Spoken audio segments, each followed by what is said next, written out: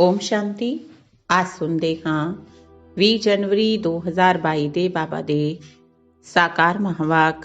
ਬਾਬਾ ਬੋਲੇ, ਮਿੱਠੇ ਬੱਚੇ ਜੀ ਬਾਬਾ, ਅੱਧਾ ਕਲਪ ਤੋਂ ਜੋ 5 ਵਿਕਾਰਾਂ ਦੀਆਂ ਬਿਮਾਰੀਆਂ ਲੱਗੀਆਂ ਹੋਈਆਂ ਸੀ, ਉਹ ਹੁਣ ਛੁੱਟੀਆਂ ਕੇ ਛੁੱਟੀਆਂ ਇਸ ਲਈ ਅਪਾਰ ਖੁਸ਼ੀ ਵਿੱਚ ਰਹਿਣਾ ਹੈ। ਪ੍ਰਸ਼ਨ ਹੈ, ਤੁਸੀਂ ਬੱਚਿਆਂ ਨੂੰ ਹੁਣ ਕਿਹੜੀ ਇੱਕ ਹੌਬੀ ਰੱਖਣੀ ਹੈ? ਕਿਹੜੀਆਂ ਗੱਲਾਂ ਨਾਲ ਤੁਹਾਡਾ ਕੋਈ ਤਾਲੁਕ ਨਹੀਂ? ਤੁਸੀਂ ਬੱਚਿਆਂ ਨੂੰ ਕਿਹੜਾ ਇੱਕ ਸ਼ੌਂਕ ਰੱਖਣਾ ਹੈ? ਕਿਹੜੀਆਂ ਗੱਲਾਂ ਨਾਲ ਤੁਹਾਡਾ ਤਾਲੁਕ ਨਹੀਂ? ਉੱਤਰ, ਇੱਕ ਬਾਪ ਕੋਲੋਂ ਪੂਰਾ ਵਰਸਾ ਲੈਣ ਲਈ ਹੌਬੀ ਰੱਖਣੀ ਹੈ। ਮਨੁੱਖਾਂ ਦੀਆਂ ਅਨੇਕ ਤਰ੍ਹਾਂ ਦੀਆਂ ਹੌਬੀਆਂ ਹੁੰਦੀਆਂ ਨੇ, ਤੁਹਾਨੂੰ ਇਹ ਸਭ ਛੱਡ ਦੇਣੀਆਂ ਨੇ। ਤੁਸੀਂ ਈਸ਼ਵਰ ਦੇ ਬੱਚੇ ਬਣੇ ਹੋ, ਬਾਪ ਦੇ ਕੋਲ ਵਾਪਿਸ ਜਾਣਾ ਹੈ। ਇਸ ਲਈ ਇਸ ਸਰੀਰ ਨਾਲ ਤਾਲੁਕ ਰੱਖਣ ਵਾਲੀਆਂ ਸਾਰੀਆਂ ਗੱਲਾਂ ਨੂੰ ਭੁੱਲ ਜਾਣਾ ਹੈ। ਪੇਟ ਨੂੰ 2 ਰੋਟੀ ਖਵਾਣੀ ਹੈ, ਬੁੱਧੀ ਨਵੀਂ ਦੁਨੀਆ ਵਿੱਚ ਲਗਾਣੀ ਹੈ। ਗੀਤ ਹੈ, ਜਿਸ ਦਾ ਸਾਥੀ ਹੈ ਭਗਵਾਨ। ਓਮ ਸ਼ਾਂਤੀ। ਜੋ ਵੀ ਅਨੰਨਯ ਮਹਾਵੀਰ ਬੱਚੇ ਨੇ ਉਹ ਸਮਝਦੇ ਨੇ ਅਨੇਕ ਤਰ੍ਹਾਂ ਦੇ ਮਨਸਾਂ ਵਿੱਚ ਤੂਫਾਨ ਵੀ ਆਉਣਗੇ, ਕੈਲਾਮਿਟੀਜ਼ ਬਿਮਾਰੀਆਂ ਆਦਿ ਵੀ ਹੋਣਗੀਆਂ, ਕਿਉਂਕਿ ਪਿਛਾੜੀ ਦਾ ਪੌਂਪਸ ਹੈ। ਮਾਇਆ ਖੂਬ ਝੋਕੇ ਲਗਾਏਗੀ। ਜੋ ਪੱਕੇ ਨਿਸ਼ਚੈ ਬੁੱਧੀ ਹੈ ਉਹਨਾਂ ਨੂੰ ਤਾਂ ਪਤਾ ਪੈਂਦਾ ਹੈ। ਸਰੀਰ ਦੇ ਹਿਸਾਬ ਕਿਤਾਬ ਵੀ ਚੁਕਤ ਹੋਣਗੇ। ਜਦੋਂ ਕੋਈ ਬਿਮਾਰੀ ਛੁੱਟਣ ਤੇ ਹੁੰਦੀ ਹੈ ਤਾਂ ਖੁਸ਼ੀ ਹੁੰਦੀ ਹੈ ਨਾ।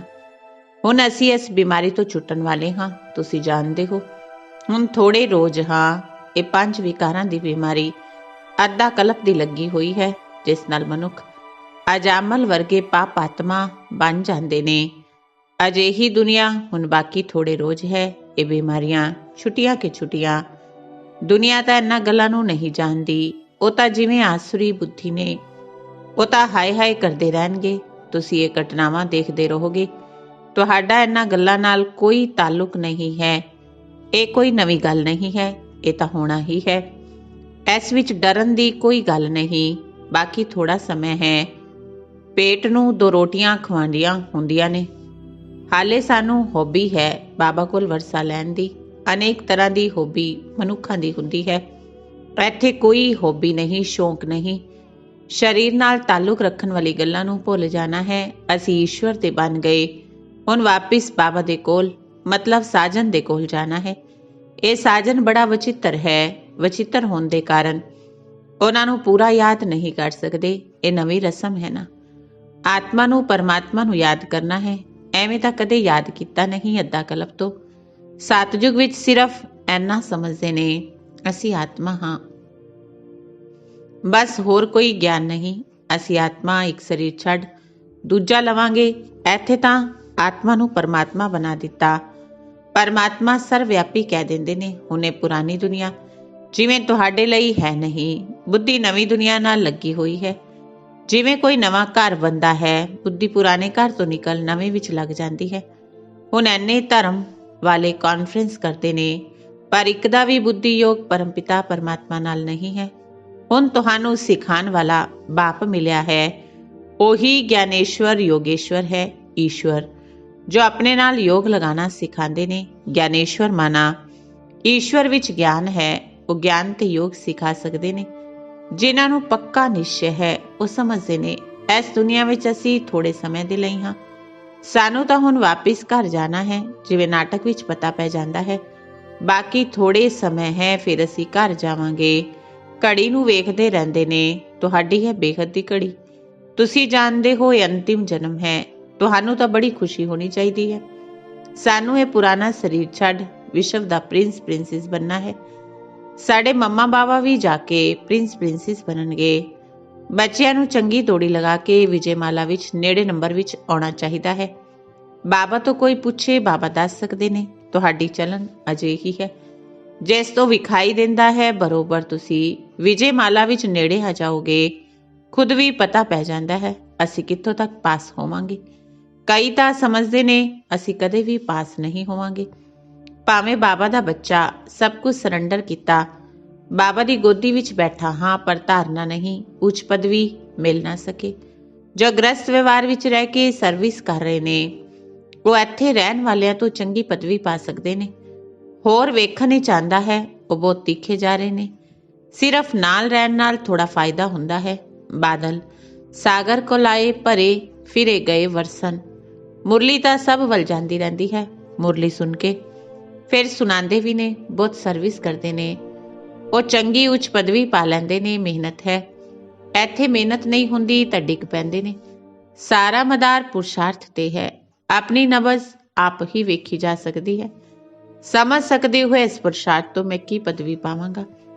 ਹੁਣ ਪੁਰਸ਼ਾਰਥ ਕਰ ਉੱਚ ਪਦਵੀ ਨਾ ਪਾਈ ਤਾਂ ਕਲਪ ਕਲਪਾਂਤਰ ਅਜਿਹੀ ਪਦਵੀ ਹੋਵੇਗੀ। ਇਹ ਹੈ ਬੇਹੱਦ ਦਾ ਡਰਾਮਾ। ਆਪਣੇ ਆਪ ਨੂੰ ਹੁਣ ਬੇਹੱਦ ਦੀ ਬੁੱਧੀ ਮਿਲੀ ਹੈ।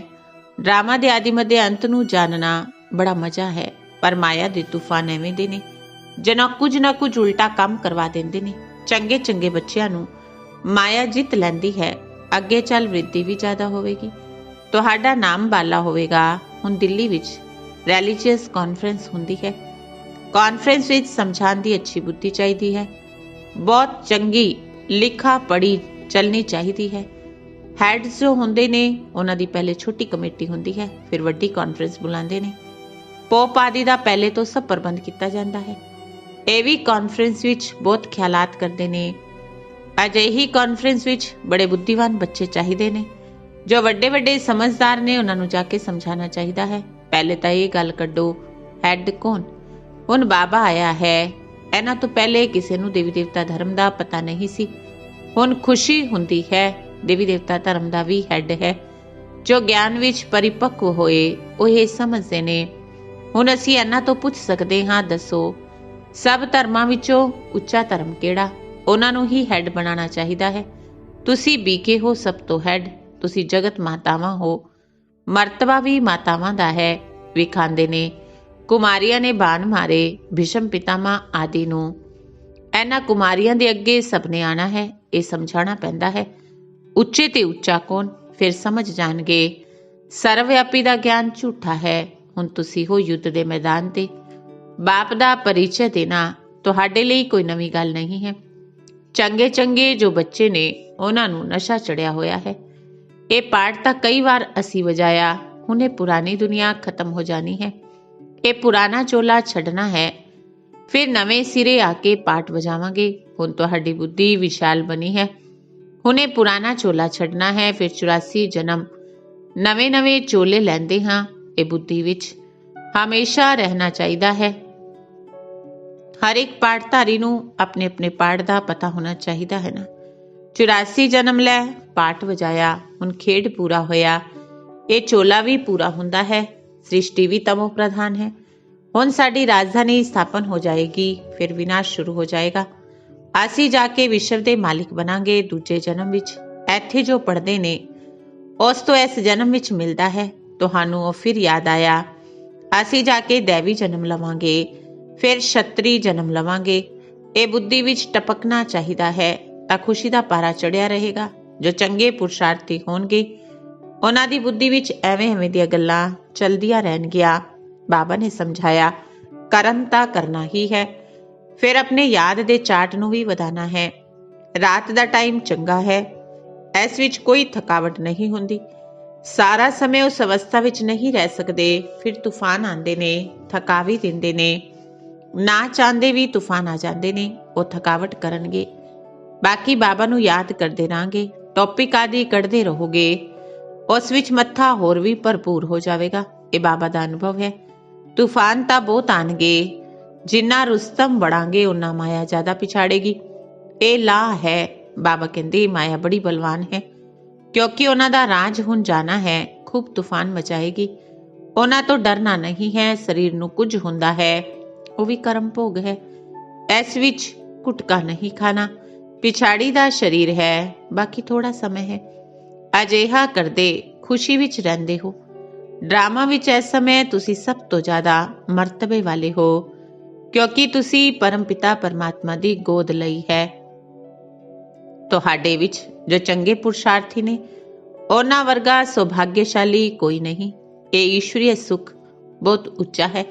ਤੁਸੀਂ ਸਮਝਾ ਸਕਦੇ ਹੋ ਭਾਰਤ ਹੀ ਸਵਰਗ ਸੀ। ਅਵਿਨਾਸ਼ੀ ਖੰਡ ਹੈ। ਹੋਰ ਕੋਈ ਧਰਮ ਨਹੀਂ ਸੀ। ਉਹ ਤਾਂ ਬਾਅਦ ਵਿੱਚ ਆਏ। ਸੂਰਜਵੰਸ਼ੀ ਰਾਜਧਾਨੀ ਪਾਸਟ ਹੋ ਗਈ, ਫਿਰ ਚੰਦਰਵੰਸ਼ੀ ਹੋਈ।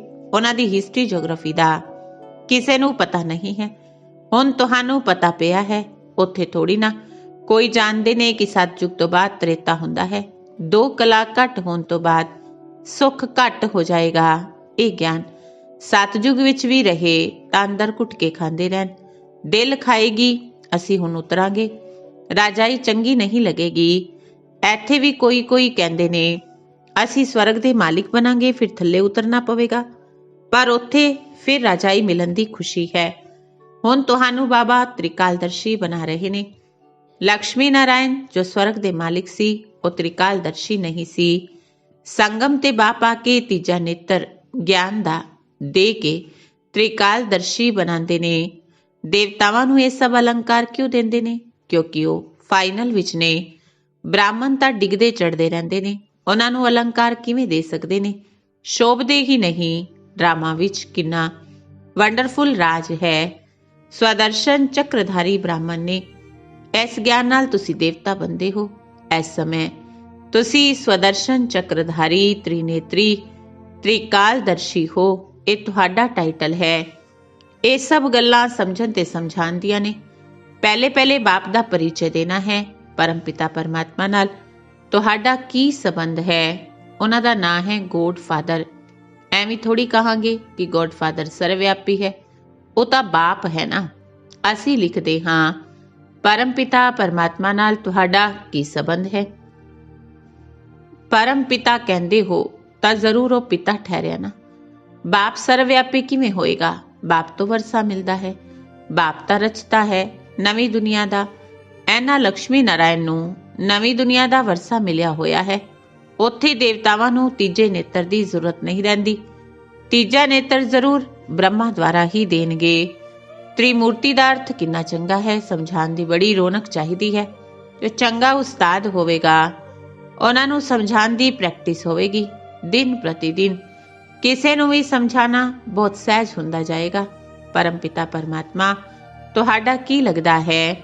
ਕਹਿਣਗੇ ਬਾਪ ਲੱਗਦਾ ਹੈ। ਬਾਪ ਹੈ ਨਵੀਂ ਦੁਨੀਆ ਦਾ ਰਚਤਾ। ਸਤਯੁਗ ਵਿੱਚ ਦੇਵੀ ਦੇਵਤਾਵਾਂ ਦਾ ਰਾਜ ਸੀ। ਜ਼ਰੂਰ ਉਹਨਾਂ ਨੂੰ ਪ੍ਰਾਪਰਟੀ ਮਿਲੀ ਹੋਵੇਗੀ ਪਰਮ ਪਿਤਾ ਪਰਮਾਤਮਾ ਤੋਂ। ਰਾਜਯੋਗ ਸਿੱਖ ਰਾਜਾਈ ਪਾਉਂਦੇ ਨੇ। ਅਸੀਂ ਸਭ ਬੀਕੇ ਹਾਂ। ਕੋਈ ਨੂੰ ਸਮਝਾਓ। ਚੰਗਾ ਤੁਸੀਂ ਕਹਿੰਦੇ ਹੋ ਪ੍ਰਜਾਪਿਤਾ ਬ੍ਰਹਮਾ ਤਾਂ ਤੁਹਾਡਾ ਪਿਤਾ ਹੋਇਆ ਨਾ। ਉਹ ਸ਼ਿਵ ਵੀ ਪਿਤਾ ਹੈ। ਤੁਸੀਂ ਵੀ ਬ੍ਰਹਮਾ ਕੁਮਾਰ ਕੁਮਾਰੀਆਂ ਹੋ।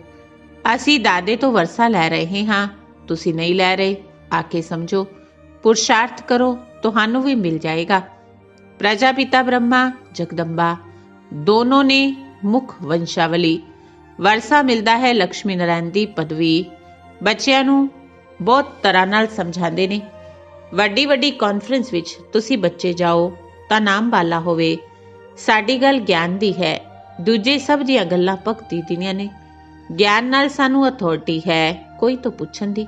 ਪਰ ਸਮਝਣ ਵਾਲੇ ਕੋਈ ਝੱਟ ਸਮਝਦੇ ਨਹੀਂ, ਬਖੇਰੇ ਬਹੁਤ ਕਰਦੇ ਨੇ। ਸਮਝ ਜਾਣ ਤਾਂ ਸਾਰੀ ਆਬਰੂ ਹੀ ਝੱਟ ਹੋ ਜਾਵੇ। ਲਿਖਿਆ ਹੋਇਆ ਹੈ ਕੁਮਾਰੀਆਂ ਨੇ ਭੀਸ਼ਮ ਪਿਤਾਮਹ ਨੂੰ ਜਿੱਤਿਆ। ਇਹ ਹੋਣਾ ਹੀ ਹੈ। ਡਰਾਮਾ ਵਿੱਚ ਇਹੀ ਪਾਠ ਹੈ ਜ਼ਰੂਰ। ਅੱਛਾ, ਮਿੱਠੇ ਸਿਕਿਲ ਦੇ ਬੱਚਿਆਂ ਪ੍ਰਤੀ ਮਾਤ ਪਿਤਾ ਬਾਪ ਦਾਦਾ ਦਾ ਯਾਦ ਪਿਆਰ ਤੇ ਗੁੱਡ ਮਾਰਨਿੰਗ। ਰੂਹਾਨੀ ਬਾਪ ਦੀ ਰੂਹਾਨੀ ਬੱਚਿਆਂ ਨੂੰ ਨਮਸਤੇ। ਰੂਹਾਨੀ ਬੱਚਿਆਂ ਦੀ ਰੂਹਾਨੀ ਬਾਪ ਦਾਦਾ ਨੂੰ ਨਮਸਤੇ ਜੀ। ਧਾਰਨਾ ਦੇ ਲਈ ਮੁੱਖ ਸਾਰ। ਪਹਿਲੀ ਧਾਰਨਾ ਹੈ ਵਿਜੇ ਮਾਲਾ ਵਿੱਚ ਆਉਣ ਦੇ ਲਈ ਮੰਮਾ ਬਾਬਾ ਸਮਾਨ ਸਰਵਿਸ ਕਰਨੀ ਹੈ। ਮੁਰਲੀ ਧਾਰਨ ਕਰ ਫਿਰ ਸੁਣਾਣੀ ਹੈ। ਚਲਨ ਬੜੀ ਰਾਇਲ ਰੱਖਣੀ ਹੈ। ਦੂਜਾ, ਆਪਣੀ ਵਿਸ਼ਾਲ ਬੁੱਧੀ ਨਾਲ ਇਸ ਬੇਹੱਦ ਡਰਾਮਾ ਨੂੰ ਜਾਣ। ਅਪਾਰ ਖੁਸ਼ੀ ਵਿੱਚ ਰਹਿਣਾ ਹੈ। ਤੂਫਾਨਾਂ ਤੋਂ ਡਰਨਾ ਨਹੀਂ ਹੈ। ਗਿਆਨ ਮੰਥਨ ਨਾਲ ਬੁੱਧੀ ਨੂੰ ਭਰਪੂਰ ਰੱਖਣਾ ਹੈ। ਵਰਦਾਨ ਹੈ ਵਿਪਰੀਤ ਭਾਵਨਾਵਾਂ ਨੂੰ ਸਮਾਪਤ ਕਰ। ਅਵਿਅਕਤ ਸਥਿਤੀ ਦਾ ਅਨੁਭਵ ਕਰਨ ਵਾਲੇ ਸਦ ਭਾਵਨਾ ਸੰਪੰਨ ਭਵ। ਵਿਪਰੀਤ ਭਾਵਨਾਵਾਂ ਨੂੰ ਸਮਾਪਤ ਕਰ। ਅਵਿਅਕਤ ਸਥਿਤੀ ਦਾ ਅਨੁਭਵ ਕਰਨ ਵਾਲੇ ਸਦ ਭਾਵਨਾ ਸੰਪੰਨ ਭਵ। ਜੀਵਨ ਵਿੱਚ ਉੜਦੀ ਕਲਾ ਡਿੱਗਦੀ ਕਲਾ ਦਾ ਆਧਾਰ 2 ਗੱਲਾਂ ਨੇ, ਭਾਵਨਾ ਤੇ ਭਾਵ। ਸਰਵ ਦੇ ਪ੍ਰਤੀ ਕਲਿਆਣ ਦੀ ਭਾਵਨਾ स्नेह सहयोग की भावना, हिम्मत उल्लास वदान की भावना, आत्मिक स्वरूप की भावना, अपनेपन की भावना ही सद्भावना है। अजिही भावना वाले अव्यक्त स्थिति भी स्थित हो सकते ने। जेकर इन्हां दे विपरीत भावना है तां व्यक्त भावना अपनी वाल आकर्षित करता है। किसी भी विघन का मूल कारण ये विपरीत भावनावां ने। स्लोगन है, सर्वशक्तिवान बाप जिसदे नाल है, माया उसदे सामने पेपर टाइगर है।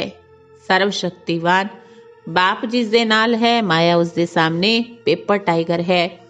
लवलीन स्थिति का अनुभव करन दे लई जिस नाल प्यार हुंदा है, उसनूं जो चंगा लगदा ਉਹੀ ਕੀਤਾ ਜਾਂਦਾ है। ਤਾਂ ਬਾਪ ਨੂੰ ਬੱਚਿਆਂ ਦਾ ਅਪਸੈਟ ਹੋਣਾ ਚੰਗਾ नहीं लगदा। ਇਸ ਲਈ ਕਦੇ ਨਾ ਕਹੋ ਕੀ ਕਰੀਏ, ਗੱਲ ਹੀ ਅਜਿਹੀ ਸੀ ਇਸ ਲਈ ਅਪਸੈਟ ਹੋ ਗਏ। ਜੇਕਰ ਅਪਸੈਟ ਦੀ ਗੱਲ ਆਂਦੀ ਵੀ ਹੈ ਤਾਂ ਆਪ ਆਪਣੀ ਸਥਿਤੀ ਅਪਸੈਟ नहीं करना। अच्छा, ओम शांति।